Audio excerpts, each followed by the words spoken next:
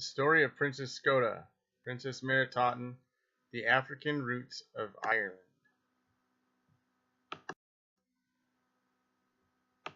The story of Princess Scota, Princess Meritaten. In 1955, archaeologist Dr. Sean O'Riordan of Trinity College Dublin made an interesting discovery during an excavation of the mound of hostages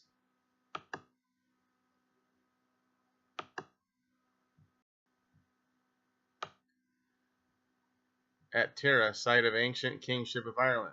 Bronze Age skeletal remains were found of what has been argued to be a prince, still wearing a rare necklace of faience beads made from a paste of minerals and plant extracts that had been fired. So they have faience beads and a paste of minerals. Well, that's definitely a connection to Egypt, especially the paste of minerals.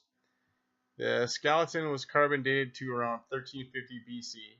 In 1956, J. F. Stone and L. C. Thomas reported that the faience beads were Egyptian. In fact, when they were compared with Egyptian faience beads, they were found to be not only of identical manufacture, but also of matching design.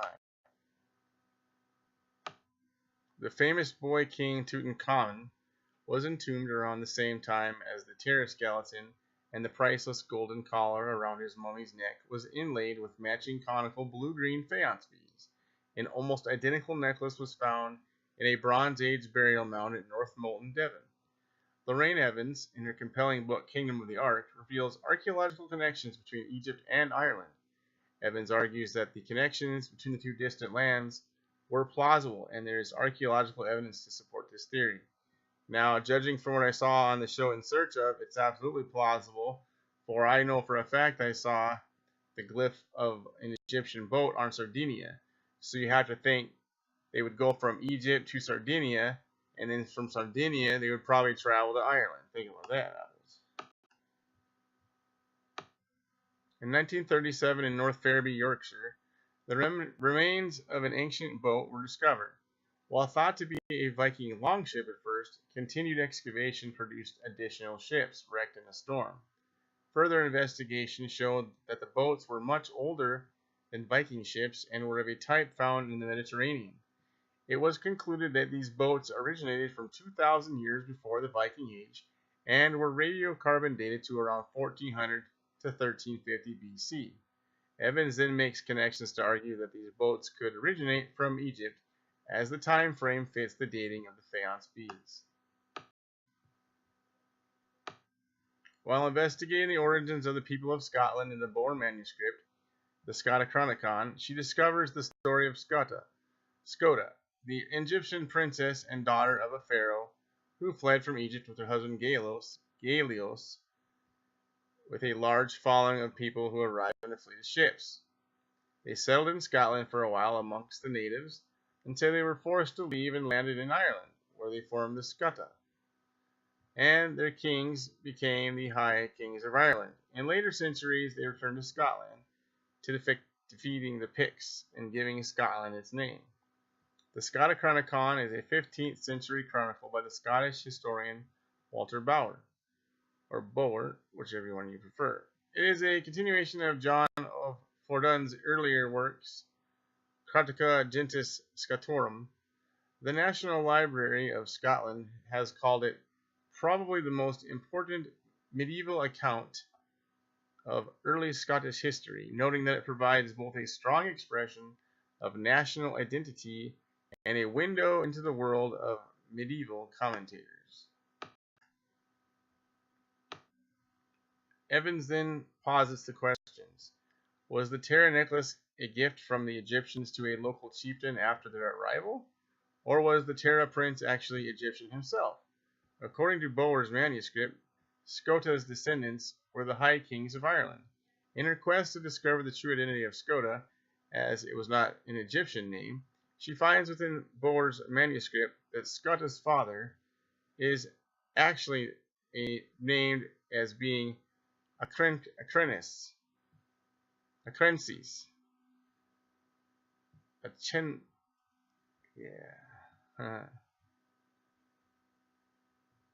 A Greek version of an Egyptian name. In the work of Manetho, an Egyptian priest, Evans discovers the translation of the name. The pharaoh Akhenaten was none other than Akhenaten, who reigned in the correct time frame of 13 BC. Evans believes that Scota was Meritaten, eldest daughter of Akhenaten and Nefertiti, which goes along with exactly what I've been saying the whole time, that Akhenaten is Moses, and then there's all the correlations in the Scottish lore of it being Moses. So yeah, the connections are starting to add up a tremendous amount.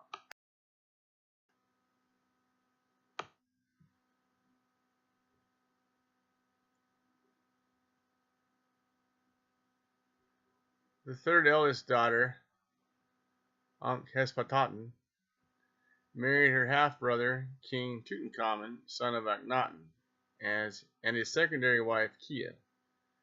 The controversial religious shift to the god Aten caused conflict with the Amun priesthood, who reasserted their authority after Akhenaten's reign ended and he disappeared from history.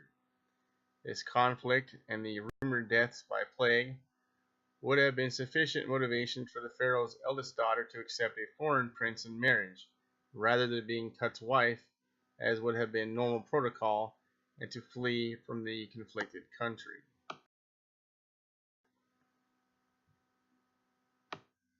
What happens to Scota and her people?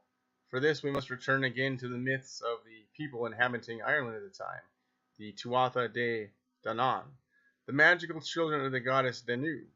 It was they who originally established the site of Tara in the Boyne River Valley as the ritual inauguration and burial place of the ancient kings of Ireland. They were generally regarded as the gods and goddesses of Celtic tribes, but it is believed that their true origins date far back into prehistory. In the annals of the Four Masters dating to 1632 to 1636, Scota's husband is named Eramon, and it is Eramon and Eber who divide the land of Ireland between them, with Eramon in the north and Eber in the south. What is interesting to me about this version is the similarity between the division of Ireland and the division of Egypt itself.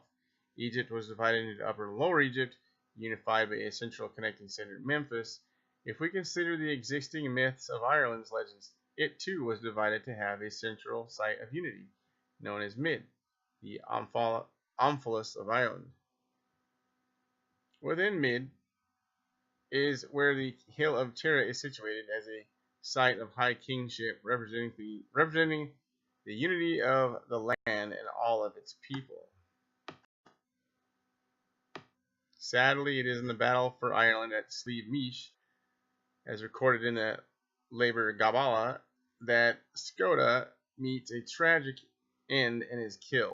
After her death in this battle, the war continued at Talton against the three kings of Tuatha de Danann, the husbands of the goddesses Bamba, Fadla, and Eru, Makul, Makicht, and Magreen.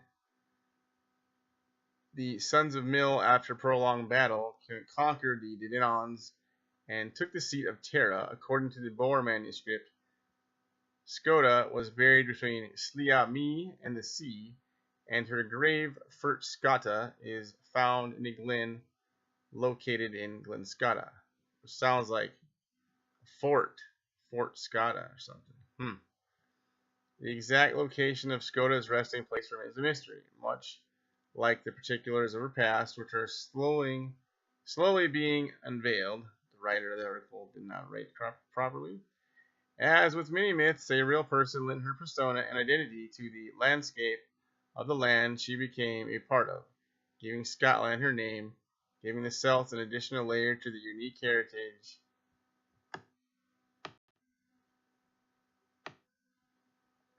that is unsung and still somewhat new in theory, as the truths of history do their unraveling slowly from their yards. So basically, I've seen a few videos on the internet about Scota, And so far, even from people that have books out, they can't touch my research. They can't touch my knowledge of the subject. So I guess for all the people that wanted a video of Scota, there you go. And pretty much everything in this article and all the other research from all these other researchers are pretty much all correlating with Moses being Akhenaten, and the fact that if you watch in the search of, you clearly saw the petroglyph of the Egyptian ship on Sardinia. So let's face facts. They were seafaring for Lord only knows how many thousands of years. So thank you, and hope you enjoyed the video. Have a good weekend.